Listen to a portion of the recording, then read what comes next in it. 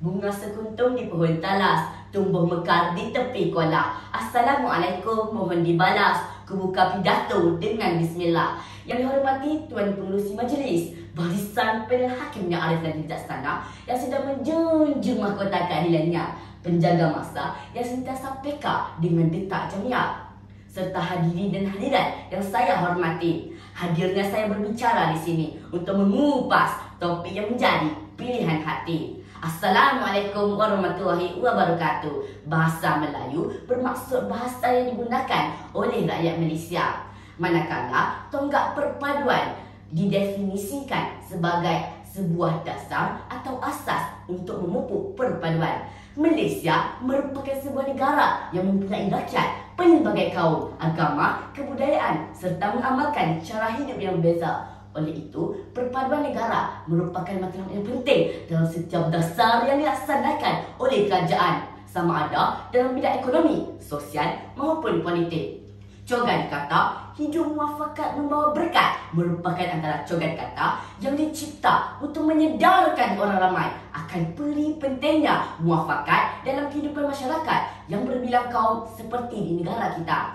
Kata orang, permuafakatan berarti perpaduan. Situasi ini dapat diuraikan dengan bidalan bersatu teguh, bercerai roboh. Saya yakin bahawa perpaduan penting dalam sesebuah negara dalam usaha melonjak status negara berpendapatan tinggi dan bagi merealisasikan dasar transformasi kerajaan. Soal perpaduan tidak boleh dipandang enteng kerana ia bukan mudah untuk membina identiti bangsa dan mendaulatkan maruah bangsa. Oleh itu, izinkan saya untuk menjelaskan dengan lebih terperinci tentang wacana ilmiah kita pada hari ini yang bertajuk Bahasa Melayu, Tonggak Perpaduan Bangsa Malaysia. Sebagai pembuka tirai perbincangan yang pertama, adalah baik jika kita menelusuri akar-akar cerucuk sejarah sebelum terbentangnya hamparan indah negara Malaysia. Apabila memorabilia ini membawa kita ke ratusan tahun yang lampau, nyatalah bahawa bahasa Melayu sudah berfungsi sebagai lingua franca yang didefinisikan sebagai bahasa perantaraan antara masyarakat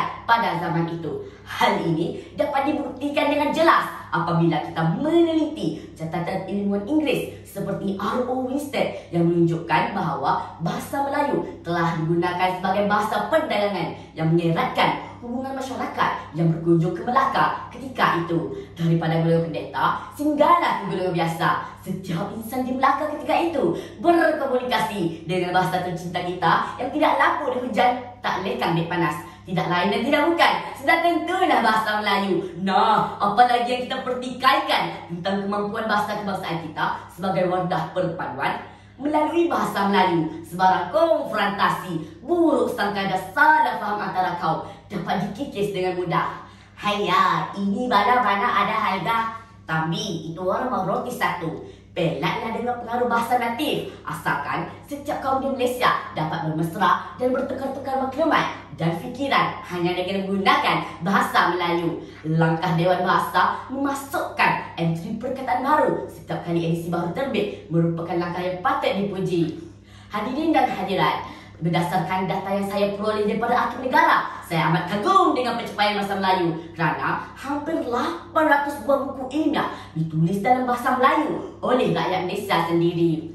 Ucapan ribuan terima kasih dan segunung penghargaan kepada Kementerian Pelajaran Malaysia kerana mengembalikan mandat kepada bahasa Melayu dalam pengajaran sains dan matematik. Selain dasar baru itu, usaha Kementerian Pelajaran Malaysia melaksanakan program memertabatkan bahasa Melayu, memperkukuhkan bahasa Inggeris, MBM, MBI dilihat sebagai wahana yang sangat jelas untuk menjadi tonggak perpaduan. Sebagai penutup tirai ilmu tentang wacana ilmu kita pada hari ini, saya suka untuk mengingatkan kepada halayak hari ini bahawa rakyat yang memperlekehkan bahasa Melayu akan merosakkan perpaduan yang kita kecapi selama ini. Oleh itu, sayangilah bahasa Melayu kita, hormatilah bahasa Melayu kerana bahasa Melayu tonggak utama perpaduan bangsa Malaysia. Jalan-jalan ke kota Mekah, ini sembah yang berlama-lama. Semoga pidato ini membawa berkah, membawa rahmat untuk bersama. Sekian saja, terima kasih.